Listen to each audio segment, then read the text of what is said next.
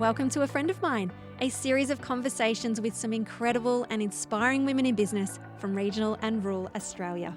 I'm Kimberley Furness, your host and the founder and editor of Oak Magazine, and I cannot wait to introduce you to some amazing female entrepreneurs who will share with you their experience and knowledge of what it takes to start, grow and scale a successful business. So let me introduce you to a friend of mine. This very special episode was recorded live for our In Conversation event with Laura Hall, held online to celebrate Rural Women's Day. Hatmaker Laura and her label Phylli both hit their stride after moving to Scone in country New South Wales. Despite only being in business for 2 years, Laura has attracted an impressive celebrity following, including Delta Goodrem, Matt Damon and Chris Hemsworth's wife, Elsa Pataky. Laura shares with us her personal connection to hats, her celebrity start at Bondi and Paddington markets, the advantages of running Phylli from Scone, providing job opportunities for a local community, what it feels like to see oneself on the cover of a magazine, as well as some fabulous questions from our online audience. Meet my friend Laura from Phylli. Firstly, thank you for joining us on Rural Women's Day. I know there are so many events, so I really do appreciate if you've taken the time out to join us live. And I don't know, it's almost like a micro launch of issue 10. So, COVID world, we still need to do these Zoom things. I would love to have an in-person one. It's just not going to happen. But the best part is I am joined by our very, very special guest who is just over my shoulder here as well. Laura Hall from Phylli. Laura, welcome. Thank you, Kimberley. This is so exciting. This is fantastic. If we can't celebrate in person, we will have a virtual magazine launch party. So today is just such a treat. An International Rural Women's Day. I just think that we're ticking every single exciting box of the reasons to be able to catch up. So thank you. And I must admit, it's been great to open up Instagram this morning and see so many people post about it as well. And, it's on the radio, it's in the print newspaper. I think that's really good that it is getting, I suppose the attraction and the attention that, your other days do as well. So, it's always good when we can push rural women into the spotlight and obviously amplify their voices and tell their stories. Absolutely. I mean, I think that it's certainly a great day to be celebrated. There are a number of challenges as well as, exciting opportunities that come from living in the bush. And I think just today is certainly a day to really recognise some of the obstacles that we overcome wherever we might be outside of metro, from not having, a working internet connection to having to wait a little bit longer for post. There are just having giant trucks driving past your studio, like right now. there are so many things to celebrate. I think about all of the things that we do as regional women, as rural women. So. Absolutely.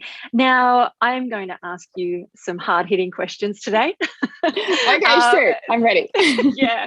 But to all those that are joining us, there is a chat box. Please feel free to pop some questions in there if you like, because we will do a Q&A at the end. And I suppose you did provide that beautiful segue for me, Laura, just before in saying, you've spent a lot of time. So you grew up in Scone, which is country New South Wales, but you spent a lot of time in Melbourne and Sydney. You've now come back home. Tell me, what do you love about living in rural Australia? Oh, it's my community. They're just my people. And I suppose some people wouldn't understand that, would they? But when you come from the country, I think you have something that just a little bit special about yourself. Would you agree? Absolutely. I think there's almost there's a way that you communicate or the way that you engage or hold a conversation, and there's just that connection that we feel as people with the other people that we interact with or meet with. And I think that sometimes I've found myself in Sydney or through school, like in Melbourne, and people will say, "You're not from here, are you? Like, where are you from?" And it's a bush thing. So Absolutely. Oh my gosh. I think we've all heard that if we've lived in the city for sure. Yeah. Well, why don't you tell us a little bit about your business journey? How did you end up launching Phylli? Yeah, well, I mean, I guess for me, Philly, so I have been in business officially for just over 2 years now. So Philly started as a bit of a passion project in my corporate career. Wasn't really loving my job, was sort of looking outside of, my business to try and create something that, excited me. And I always have had this passion for horse racing and millinery and, basically anything fun and pretty and bright that goes in the head. So I sort of started playing around a couple of years ago. It's a bit of a side hustle making racing pieces. And when I sort of put that down to focus on my corporate career, I came to, I guess, a bit of a junction in my life and at the end of my 20s, and sort of sat there and said, okay, I'm not so excited about what I'm doing in work anymore. So I left my corporate job and I went and became a nanny. I took 12 months of basically earning, like next to nothing as one does when one's a nanny coming from like previously being in corporate. But that's the thing. It's like I was reprioritizing what mattered and what meant something to me, and doing something. So creating something, and whatever I chose to do from a work side needed for me to be something that really resonated with my values and something that I could get really excited about every day, and something that could provide that sense and that feeling of connection with other people. So immediately I just sort of thought, okay, well, I have this amazing idea with the hat component of my business, so Philly. So I wanted to expand into, felt hats and expand that idea, and just really purely from creating just really beautiful things that go on your head, I just came to realize that this was actually going to be my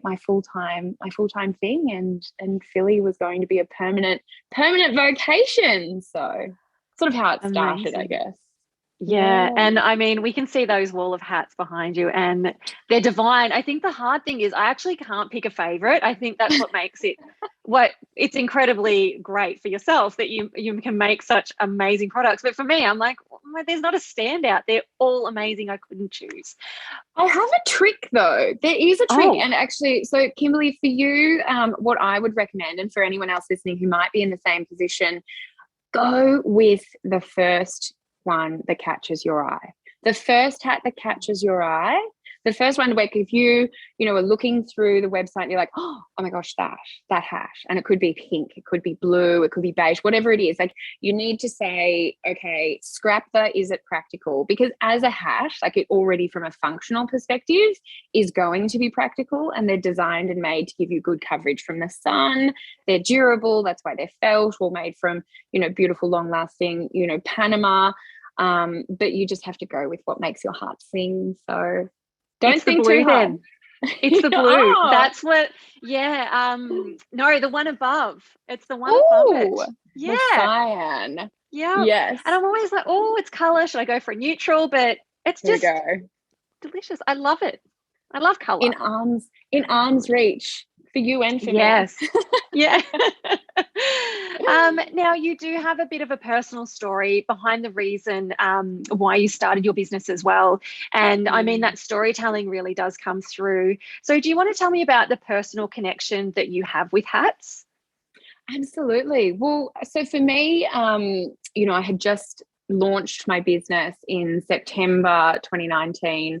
And yeah, I think I'd been in business for maybe 3 months, and I'd returned home for Christmas, and I was sitting there watching John Wayne movies because he'd got the box. My dad had got the box set for Christmas. So Dad and I were sitting there watching them, and we're all sort of drifting in and out on the day, just taking, a bit of a look and an idea. And I sort of stopped and, got talking with Dad about these ridiculous hats that everyone was wearing. And like the more you sort of sat there and the more you acknowledged these hats that each character was wearing, you realized exactly how much they told the story of that character. Like you could look at a hat and say, okay, I already have this like preconceived idea of like what character this plays, like look at the journey that they go on, like it tells a story. And for me, like that storytelling piece in itself is something that really resonated with me. And I was sort of sitting there chatting to Dad, and I was like, Dad, these are the kind of hats that I want to make. Like I want to create something that people can see and connect with, but that tells a story, but not only tells just any story, their own story, maybe the story of loved ones from the past. They might do like a branding detail of a loved one's initial, or it might be something that they then hand down in generations to come. But I think that one of the wonderful things about a story, about hats, is that they do tell a story, and they start conversations as well. So they start new stories for people too.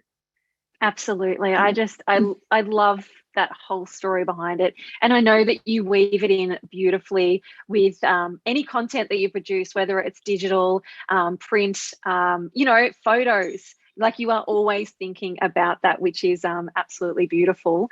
Now, you started your business out at the infamous Bondi markets, where every good business starts. I mean, we've had Samantha Wills on the front cover. She's spoken about, I suppose, just that big opportunity that she got there. Tell me about your experience at Bondi. Okay, yes, I have so much praise for my market days, and whilst they were cut short, I only actually managed to spend 6 months at the markets, because obviously then COVID hit and the world ended. But markets for me was such an exciting journey, and I'm really excited that you mentioned Samantha Wills here, because I will say, like, I've listened to quite a number of her podcasts. Like, I've signed up into her subscriptions before. Like, there is a story there that I connect with. The same with similar brands like Sass and Bide or Zimmerman, all starting at either Bondi Market or Paddington Market. So I used to sit there and I'd be like, okay, it's market day. Yes, different to Samantha, who would have been sitting there at 3 a.m. waiting for her stall site. I was up until 3 a.m. like making every single hat absolutely perfect. But what I loved about Bondi Market is that it's basically like a customer profile on steroids. So you get to meet every kind of person at a high level on their like Sunday morning, which is the fashion markets at Bondi, or a Saturday if it's at Paddington, and you just get to get in there and like set up your stall. And if you catch their eye, you've got 10 seconds to engage them. And if you can hold them there, and if they're excited about what you're doing, they'll stay. And in that opportunity, that's the make or break. So I can't recommend it even. I can't recommend it more. But I will say that the blue hat was hands down always my absolute like must have. I would really only ever have an amazing day at the market if I had my blue hat. Lucky token. Yeah. So tell me then, what is an amazing day at the market when you sell to someone? And I know this story, so I'm sort of leading you into it, who would that person be?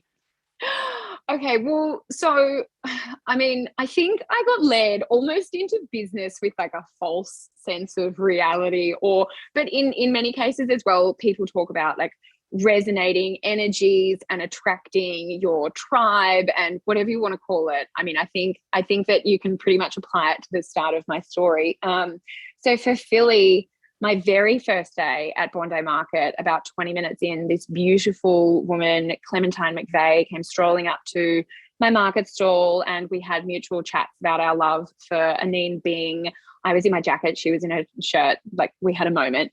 Anyway, so she's chatting and she's telling me all about how her husband is like hat mad. And so she sent him down later. I'm like, you kind of look like someone, I don't know who. Anyway, so he purchased this hat, and it soon then became his like special hat. You know, the hat that like you wear on birthdays, Christmases, and like special occasions and moments. So this person wasn't just any person. It was Sydney Swans veteran AFL football player Jared McVeigh. So for me, I was just like, okay, male audience, tick. Exciting stories to tell, tick. Yes, okay, this is tying in perfectly with my branding and like the running concept in my head. But it was then backed up by my second week at Paddington Market. And I had been up, so similar to Samantha Wills with her 3 a.m. You know, I think got to bed at maybe like 4 a.m. trying to make everything perfect. Nothing is ever perfect. If you're ever like paused on an idea, don't ever hold back. Just do it. Even if it's like, if you can explain the concept to people, they'll understand it and they'll run with it when you're starting in business. That was sort of what really helped me at 10 on a Saturday morning when Delta Goodrem walked up to my Paddington market stall. So oh my gosh. Yeah, it was really exciting because Delta then became my second hat sale for my ready to wear, but then also my first customer with a custom made hat. So at the time I was set up. Yeah, it was so exciting. I was standing there, you know, when you know someone, you know, that is standing in front of you is obviously famous and, you know, used to like people gawking at them, and you're standing there, you're like, serious face, poker face, be real, be relatable. Nothing relatable about me when Didn't I'm nervous. happen. No, definitely didn't. But yeah, so she was sort of standing there with her boyfriend, and they conveniently had the same sized hat. So earlier this year, the cover of the Women's Day, there's Delta and her boyfriend walking down the street, and her boyfriend is in her hat. I'm like, great, this is hats, unisex hats. I love it. Anyway, so they had purchased the ready to wear, but behind me, and this is where the concept, as long as you can talk about the concept, it's sort of the idea will build itself. I had all of these blank hats shaped into hats, and like I'd run out of time. I didn't even have the sweatband stitched into the lining of the hat. Like it wasn't even connected.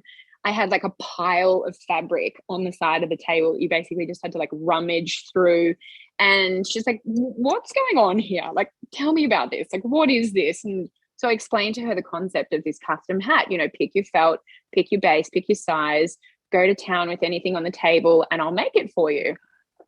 So that's where the custom hat started. So that's amazing. Yeah, the market, it has so much to answer for. It's incredible. Now you've gone on to do custom hat making and hat parties for so many other amazing people that, you know, we all know we're all best friends with. Yeah, but you're probably we're Aussies, all Aussies. Yeah.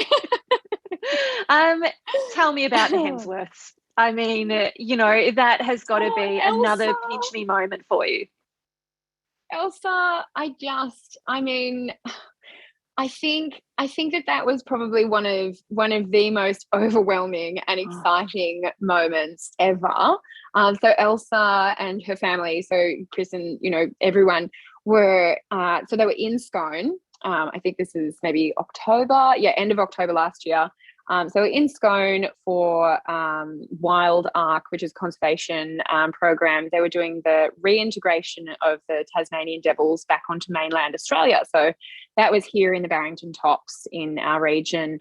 And so I knew that they were in town, and it was just, you know, a complete shot in the dark. But I'd sent Elsa a message on Instagram, and I was like, oh, hey, that's right, because I saw Elsa start following me on Instagram that night. That's right. It was like 11 o'clock at night, and Elsa popped up in my like notifications. Elsa Pataky official is following you on Instagram. I'm like, mind blown. So I sent Elsa a message inviting her to come to my studio, which at the time was the front bedroom in my house. We all start somewhere. I made it. I swear in this like message, I must have made it sound like way fancier than what it was. But I was like, please come to my studio and I'll make you a custom hat. And so midday the following day, there's like this wall of women. There's Elsa, you know, her sister-in-law, her friends, you know, mutual friend from the area, just like walking in this like charging like 1,000 miles an hour with excitement, like down my driveway, which PS wasn't even mown. Like all the grass is like overgrown. It was one of those like, oh God, please don't look at the grass kind of moments. Concentrating on things that don't matter, typical. But yeah, and so in the space of 20 minutes, the girls all like came into my house, like whizzed round the front room, tried on every single hat in there. Each one walked out in their very own hat, in their size, in their style, and just like that, they were gone. Wow. It'll just be like, did this really happen? Yeah, but in this moment, and this is where if you pitch a concept and you really believe in it and you can communicate the idea, whether it's a thing or not, if it's exciting and it's relatable, people will connect with it. And so for me, this was the hat party concept. So at the time of when the girls were there, I said, if you'd ever love me to come up to Byron, I would love to be able to, do a hat party for you. And they all kind of looked at me and went, a what? So this hat party concept I had launched in an art gallery in Double Bay, the Clare Gallery, in March earlier that year, the week, coincidentally, that the world ended.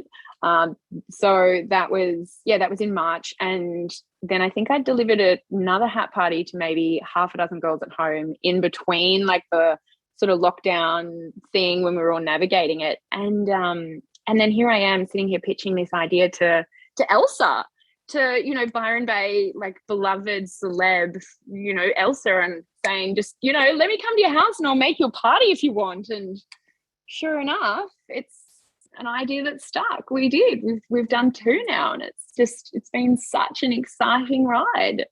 That's great. How do you leverage this type of exposure? Like, what sort of impact does it have on your business? Is it immediate? Is it long term? Like, what does it all look like? I think because for me, I started Phylli to be very much a community of people. So a community of like-minded people, a community of people with a mutual appreciation for hats, a business and a brand that people can connect with, and therefore connect with each other as well. So for me, it's really important to ensure that whoever's engaging with Phylli from a media presence, I love when that opportunity is initiated first by them. So for me, it's like, engaging in the brand, and for Elsa, like sharing the story through her Instagram stories, like footage of the hat party, that we had done. Delta, her PA Jo, had sent me images to be able to use that she'd been sharing through her socials, like of her hat. Yeah.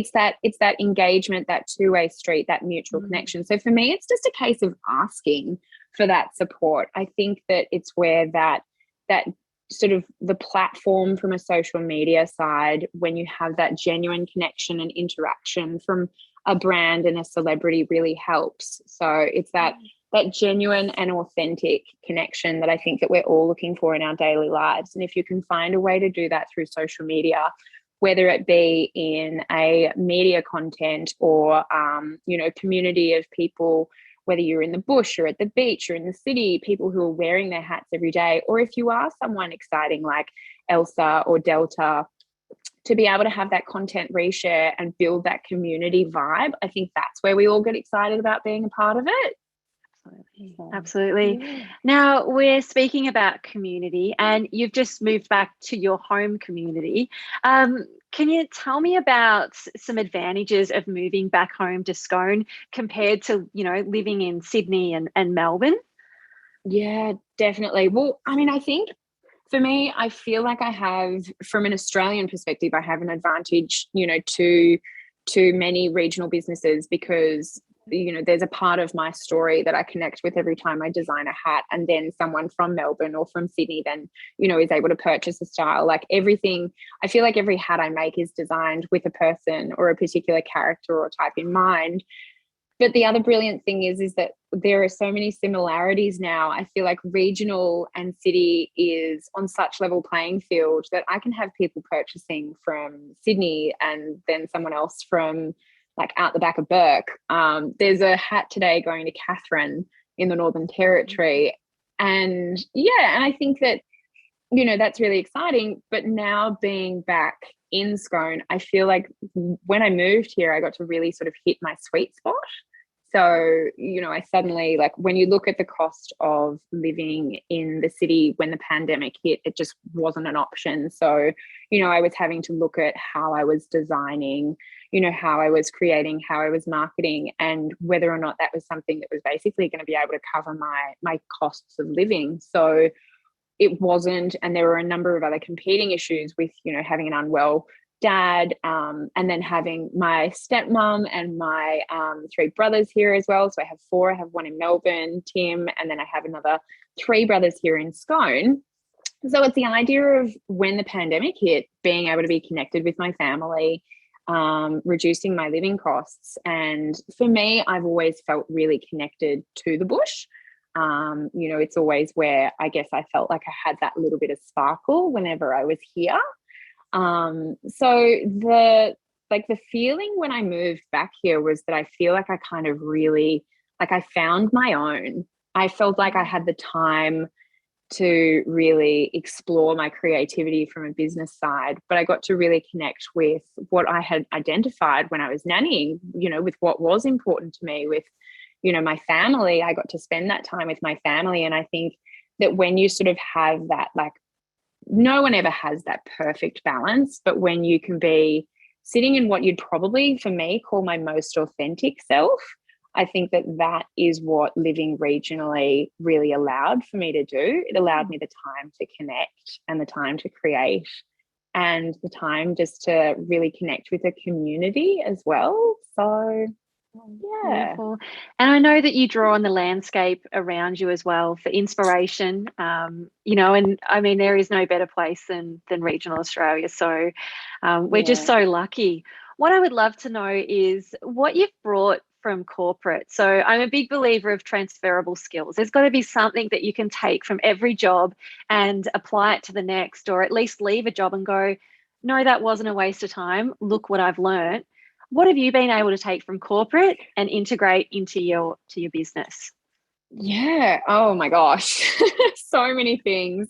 I think it's just always, it's always, for me, everything's always been a stepping stone. Like, from a career and a knowledge perspective, you always build on your previous experience with the next. You try and take the best out of every opportunity and experience, whether it's a good one or a bad one. And, whilst for me, like when I chose to leave corporate, it's because I was feeling burnt out. There were so many great skills that I had acquired. So I was working in sales. My expertise was in lean manufacturing. So there's a lot of lean processes that I've implemented directly into the production side of my business, some of which are still constantly being tweaked, but that's okay because that's the whole concept, like constant reevaluation. And I think even because what I was actually selling and working with was, workplace training and virtual education, you're looking at constantly like different platforms that you can communicate and different platforms that you can engage and how you can do that in an educational perspective too. So, that has allowed me to really look at different ways that I can work within my product range, which essentially most people would see as being a hat. But for me, it's become so much more than that. It's really about how I can deliver an experience. So that's where, similar to the sort of platform that you and I are connected today, I do virtual custom hats. I do virtual hat parties, as well as that face-to-face, interaction too. So I think that a lot of the delivery methods of, things in my previous career have now been able to be applied, into my business. So it's really exciting. Beautiful. The power of the internet. It's wonderful. Is it just yourself, Laura, making all these beautiful hats, or do you have a team around you? And if so, how did you build that team? Well, this is like my baby, and they say it takes a village. So it's definitely not just me. It's definitely not just me. So I have this phenomenal team of makers. So I have 3 makers and a customer service communications person, as well as a fabulous contractor who looks after all of my social media marketing strategy as well, which is great. So my makers, I have Nat, who comes to work every day with her daughter as well. So we have Shop Kid, who runs around, who's great fun. I've got Mia, who has just relocated for the job for the summer, actually, which is exciting, before she goes and does her grad job next year as a nurse. We've got Geordie, who she's just starting year 12, actually. So this is her after school job. And she comes in and makes hat pins and feather bunches all day long. How awesome. How awesome. I know. And then Gab, who has fast become my just my right hand man, because she just helps with just the comms, the communication, the keeping on top of every single different task is not possible without, delegating the things that are not your strengths. And so I've just really been fortunate where a number of people have found me and I've found them, and we've connected, and they've, just made the role or the job their own. And we just work together as a team. And you're supporting employment opportunities for your hometown as well. Like the fact that you have a year 12 student being able to come in and experience this and have you as a role model, Laura, like that is incredible. And I mean, I'd love to check in with her, a couple of years down the track and, and see where she goes, because she has someone that's really confident, obviously very talented and can model off that. So what an incredible opportunity for it. This has been the amazing thing through the pandemic as well, because, I think that for many 16-year-olds who work in like hospitality related jobs or retail jobs, their work ceased, their work stopped, like there was no way to work. And so for us, I was able to send Geordie home with a feather box. I was able to send Nat home with the sewing machine, and she would come in each morning and pick up work and take it home, and she'd be homeschooling her 6-year-old on one side of the dining table and like making stitching in sweatbands on the other. So, I think that like one of the incredible things about bush-based businesses really being able to be platformed in a way where they're equal to that of city-based businesses is that we already know what it's like to have to adapt. I mean, we've got drought, we've got, plagues, we've had bushfires, now we've got, the pandemic. We already know what it's like to have to be agile as businesses. And so I think that, it's been really amazing working with this incredible team of people who they've just been so supportive and so helpful and so enthusiastic and just worked with it. So amazing. Yeah. We have a couple of questions, and someone has asked one of my questions, so they can almost have my job, I think. We have Kate from the Paint Shed who has asked, Laura, what do you think your superpower in business is? I think for me, my superpower is telling people stories. I think it's connecting. I think it's connecting with people and having a conversation about, what is important to them and, what their story is like, and then developing that into a custom hat. So, really taking the colours that inspire them or what their day-to-day life looks like and, changing a shape of a hat to be able to work with that. How wide do you want your brim? What colours do you want to work with? And I mean, I say custom hat, but really the collection of ready-to-wear hats is expanding so rapidly at the moment that it's like we'll probably end up at the point where you really just have to like do a minor tweak on like a ready-to-wear one, and we'll probably get there. But I think that that's the thing. It's creating something that people can connect with that tells a story, and if it's so be it is a part of their story as well, then I think it's that storytelling piece. I think that's the perfect answer for Kate as well, because I know that she's a creative, she's a painter, and I think often we think of storytelling as words, whereas, what you're talking about is, using fabrics, using colours and all that to create a story as well. So, those visual elements, it's just, really beautiful. It's not something I can do. That's definitely not my superpower. I've got the word version, I think, of that. You're the connector of all of the. Yes, I have heard, yes. I try. Well, I do have another question that someone's popped through. Lyndall has asked, and I love this one too, because I was thinking about this one. What does your normal work day look like? Coffee. No, really, Always. I think everybody kind of has a giggle whenever I get in here and they're like, okay, so what are we going to do today? I'm like, we're going to go and get coffee. Perfect. I honestly, I think that sometimes, like, when you just sort of start with, just like a coffee and a debrief and like a chat, there's like, it becomes so much more relaxed and like, okay, what are we going to do today? So being able to connect and relax and then, or like share a cup of coffee or a cup of tea or something. I think that's a great way that our day starts. And when it comes to like the different ways that obviously people engage in the business throughout a day, Nat would have school pickups, so she would be here in the morning and throughout the early afternoon. Mia would be here throughout the entire day. Geordie would come in after school. We've got Gab and, all of our social team, all either by virtual chat or by phone or in store. So in that, I might have custom hat appointments booked. I could have Zoom meetings. Could be madly running and doing a post run, or like maybe I might have been up until 2 a.m. on the phone to a supplier in New York. So maybe I'm the one that's late.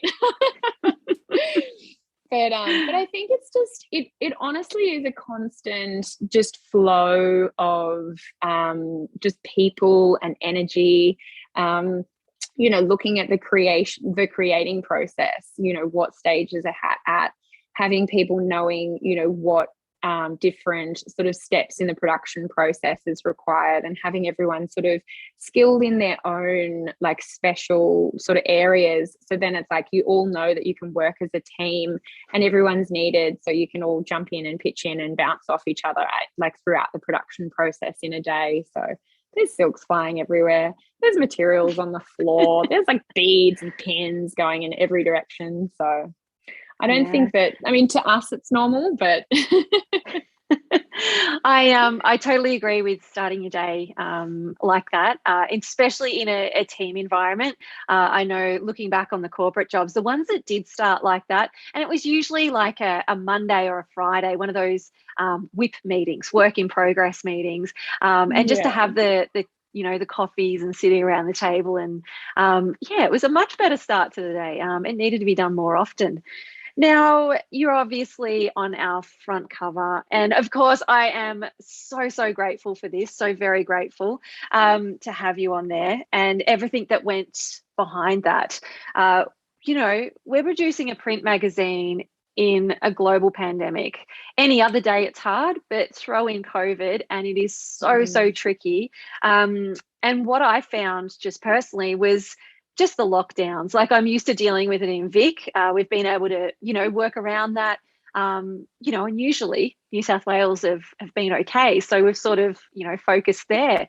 But for this issue, this was pretty special, I think, because we were both in lockdown and we were still able to make this happen thanks to Steph Hunter, your incredible photographer. Tell me about what it's like to be on a front cover of a magazine, or the experience of that, or what it means to you. Wow. It is such an incredible moment to see yourself in print, but on the cover of a magazine, let alone embossed in, this beautiful bronze logo above you as well, with just this regal sort of feel. Like, it is just such an incredibly humbling experience, and like quite overwhelming, even just when I sort of, took in the cover, but then opened up the magazine, saw this beautiful profile photo of myself. But for me, the words and the story, to be able to read that and see, your story when you communicate and when you connect with different people. I love so much how, your story is perceived and written, and each time with this magical little thing that's been brought out in a different way or in a different light. So Alice Moffat, your author, who did the interview and the article, has just absolutely blown me away. But to be able to then turn the page and see that double page spread of the imagery, like, oh my God, it's just phenomenal. Like, so Steph, a little bit there. Yeah, there's a hat. Beautiful. I will have to thank our art director, Louise Davis, who, this is her, but I just give her the photos and I say, do what you need to do with it, and makes it as amazing as it is. So even I was blown away. She always surprises me with how that story's told. As you said, we've got Alice that will tell it a different way than I will. So even though we've had this chat, Laura, I know that the story in here is still same but different. As you said, there's those little minute sort of details that are different. And then you've got the photographers, and there was something really special about the photo shoot itself, I think, as well, though, that, has really been captured from the way that it's been presented, with the layout and the design, through to, how it's printed and how it was shot. And because, in the middle of a pandemic, Stephanie Hunter, photography, she's just so incredible. But also there's not a lot of people that will go and jump through the loops just to be able to get 5.5 hours like from home and then drive back in the same day, because you're not allowed to like stay overnight in a region, let alone apply for all of the different things that you need to get there. But so for us, the my beautiful dress as well is Series Life from M Hawkins. So M has been a long time lover and supporter of the Phylli brand, and an eye of her on her journey. And so she sent up this beautiful dress, and so I felt so comfortable and so confident. And Steph and I have shot before, and when you're working with a photographer who just knows your angles, like oh my God, Steph could make someone standing in a paper bag look good. Like it helped that I felt really comfortable with her. I felt really in the moment and excited about the fact that the shoot could happen.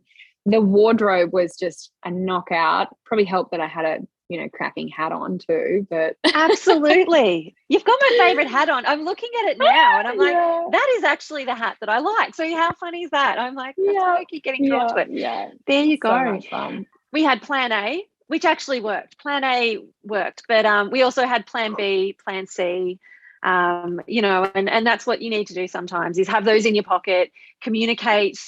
I mean, that's what we were doing as well, just always checking in.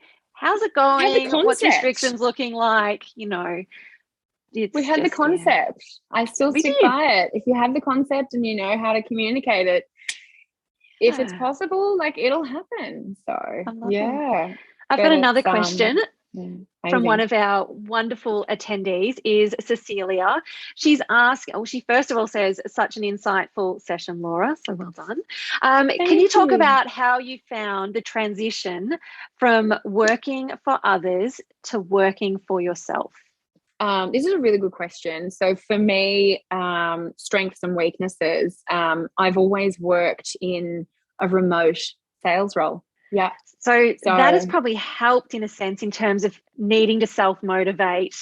You are responsible for your own KPIs. There's no one, clocking you on at 9 and clocking you off at 5. So the transition hasn't been that jolting for you as such then? Well, no, yes and no. I think that from a structure of a day and a motivation side, I think that background of working in a satellite capacity has really helped. But I think as well, when it comes to how you prioritize tasks in a day, and we as business owners, we wear many hats. As small business owners, we wear a lot of them. I think that you just have to not stress necessarily about the task list, that like phenomenal, almighty, like constantly growing list of things that's like staring you in the face at 2 a.m. when you wake up in the middle of the night and you go, oh God, there's so much to do. Honestly, it's just about prioritizing what is the most important at the time. Like if the walls are on fire, put out the walls. If the chair's on fire, but it's only like moderately smoldering, don't worry about the chair. The chair can stay there until it's like ablaze. Does that maybe make sense? It's like, absolutely. Yeah. My house is on fire. Calling help. Delegate. Oh my gosh. And I think that's the thing. So for me, I found I just sometimes want to handball decisions. I have such decision fatigue some days, especially when you're in the mag. I would just love to handball to another CEO and say, hey, can you deal with this? I just want to do the creative stuff today. I just want to do the fun stuff. What I probably even like on that sort of communication, sort of piece as well, it's sort of like it's a chicken and the egg. It's a chicken and an egg scenario, I think, when you've got a small business that if you're like me and you're bootstrapping it. So like I didn't start Phylli with funding or with like this giant corporate bank account, savings account. Like I burnt through that when I was nannying, let's face it. For me, it's like every hat then paid for the next hat. So you look to the growth of your business to indicate like the growth levels as certain trigger points to then take next operational steps in your business. So for me, it's like as my business grew, as like the publicity grew, as different connections and networks expanded, I took that as an opportunity to then put operational like steps in place in the business. So it's like engage potential contractors, talk to people who would be interested in staffing opportunities. And I think for me, and I haven't mentioned it yet, but, I think that this is a really big one for the Buy from the Bush network. The platform has been like just phenomenal for me to connect with like-minded individuals, and just to really look at from a business model side and from a I guess a networking side as well. Like there's so many different ways that you can reach out and connect to other people in a like-minded position or a similar position, people that you might see something like they're growing at a similar pace, suppliers, contractors, like there's a whole network of people there that you otherwise would have previously, before its inception and before we really got to the point now where we're in, where I think that regional, rural and city are kind of on more of a level playing field. We used to have to go to the city to get all of that, and we don't now. So I think that it's really a case of like, when it comes to like how you sort of run your business and how you work, within your business, it's looking at people within your network that can help or guide. And if you don't have that network, looking for existing networks that you could then join and be a part of. And so for me, that was the Buy from the Bush network. So I definitely, like, I'm very, very grateful for a lot of my support people that have come from that. So. Wow. If I didn't have to look and concentrate, Laura, I would have just been like this the whole time. Yep, writing down like step. It's okay. We're recording. We're recording. This, right? I can listen to this later. Yeah. Okay, cool. Brilliant. Okay, cool. Yeah. Now I've only got 10 minutes. So I've actually only got a couple of questions. So if anyone has any others, again, this is your opportunity to ask Laura personally. Of course, you could always send a DM, but I want to know what's another next. Stay hydrated.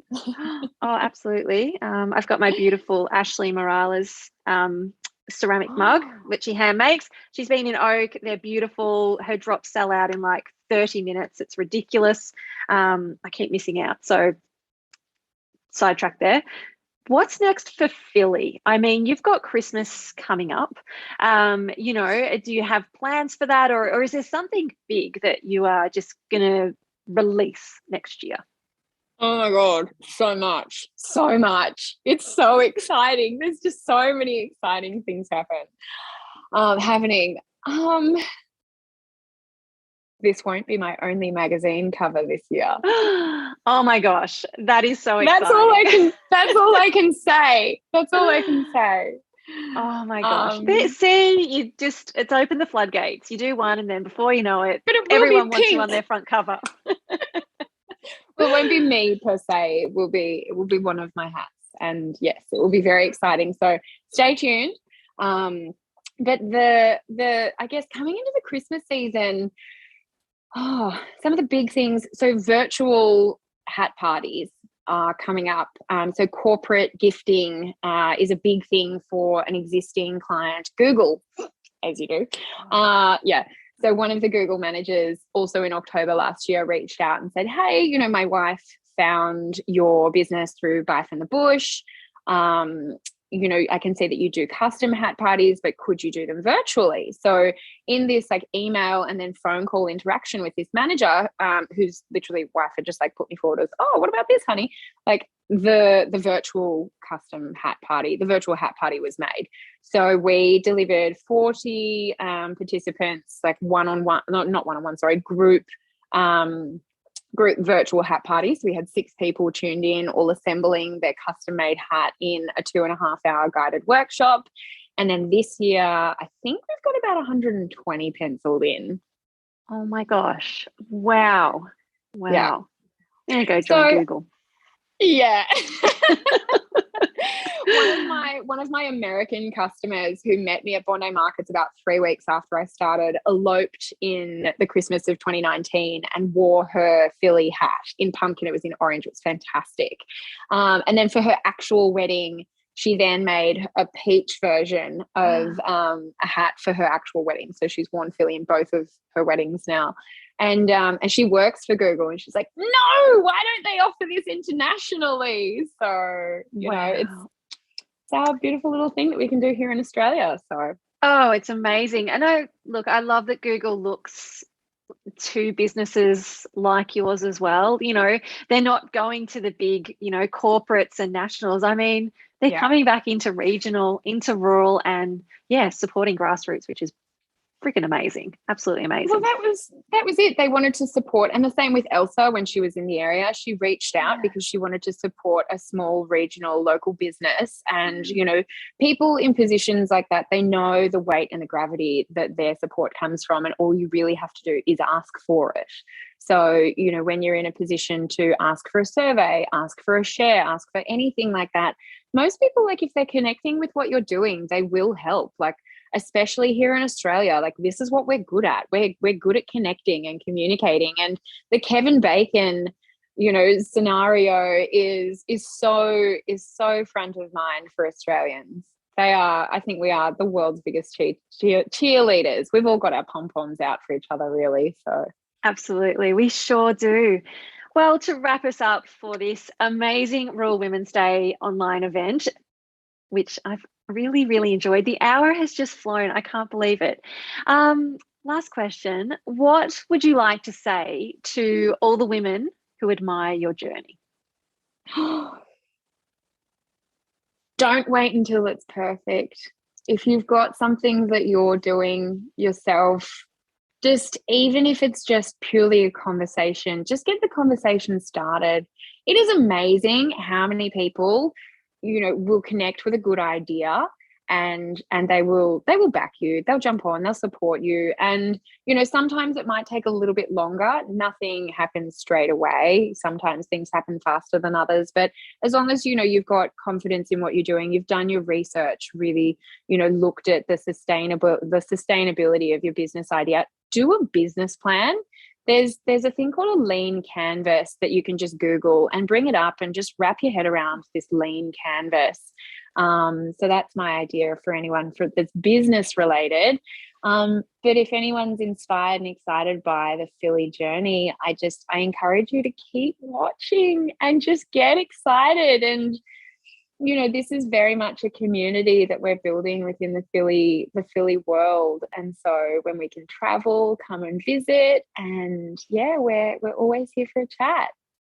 Oh my gosh, brilliant answer as always. We have a couple of questions, if that's okay, from the audience, if I can keep you for a couple more minutes. Marina would like to ask, when looking for opportunities in business, it can be a bit hit and miss. So what are your strategies for learning from failure, or let's just call them missteps? Okay, learning from failure.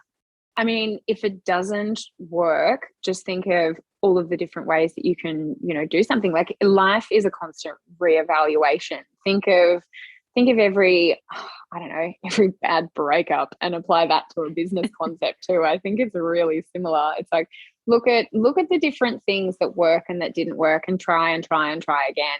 But I think that from a business planning side, I think that that's where, if you're constantly looking to see whether or not a business is going to be scalable and sustainable, and maybe not even like it doesn't have to be bigger than Ben-Hur, it just has to be sustainable. If it's something that is going to be able to pay you enough to cover your like basic living costs, and if it's going to be something that is going to be something that you can be happy to get up and go to every day, for me, those are my, you know, two big things.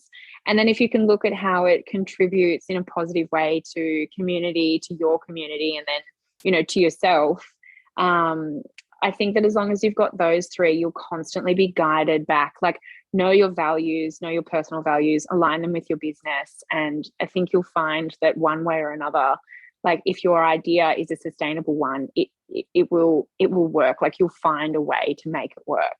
And surround yourself with the people in your network, or like I said, from the bush community, you know, with like-minded people, you know, draw on the skills of others and bring them in. So Yeah. Brilliant answer. I love it. So just on that, to draw a bit more on that, if there was something that you were approaching and you got a no, do you keep going back, or do you come back to the drawing board and going, okay, how can I rework that? Is that sort of what you would do? Yes, basically. Yep. So I mean, if it's a no, I'm not much of a no person. Yeah, no. I had a feeling. Yeah, unless they've blocked your number or like told you please stop contacting me. That's But it's constantly like, if it's a no for me, it's always like, it's never a no, it's a not right now. It's about constantly looking at why something is not working and reassessing and reevaluating, but also going back to those values. No's are sometimes a blessing in disguise. Sometimes things aren't going to happen or don't happen for a reason. And it could be because they might see that there is a misalignment in values or, motivators or something there. So always go back to those core values. What motivates you? What motivates your business? What's important to you? And sit there and say, okay, how can I apply that? How can I apply that to my own? Is this working? Is this worth going after? And if it is, then just keep going. Like a dog, keep going. Is it your vision, Laura, to see everyone wearing a Phylli hat? So even if they may have another hat in their wardrobe, another brand, is it your vision to see everyone wearing a Phylli? Do you know what? Whilst I've just said that I'm not a no person, I'm not going to say yes. I'm going to say sort of, because for me, I would love for everyone to have a hat on the walls of every Australian household. So it could be something that could then in future be handed down to future generations. It could be shared between loved ones, like Delta and Matt. Here you go. Yes, obviously anyone loves seeing their product in the wild. I love seeing Phylli in the wild, and to imagine every Australian in a Phylli hat is just divine, but it may not always be at the same time. It could be something that, is spread out over generations to come. So brilliant. Well, thank you so very much for your time, for sharing your story with us yet again, and just answering all the questions and creating something that actually has real meaning to it, that, as you said, can be handed down for the generations. Thank you, Laura. I'm sure we'll speak again.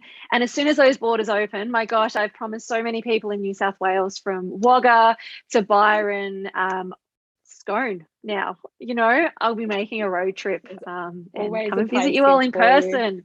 Yes. Lovely. Thank you to everyone for joining us. And yes, hope to see you online. Come and connect. And I'll see you again soon, Laura. Thank you so much, Kimberley.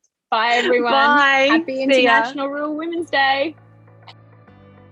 Now, before you take off with all that inspiration and knowledge, we'd love for you to leave a review on our podcast so that we can continue to amplify women's voices in the media. And if you have any questions, we'd like to celebrate a win, you can always connect with us on Facebook and Instagram at Oak Magazine AU. I'm so glad we've met and that now you know a friend of mine.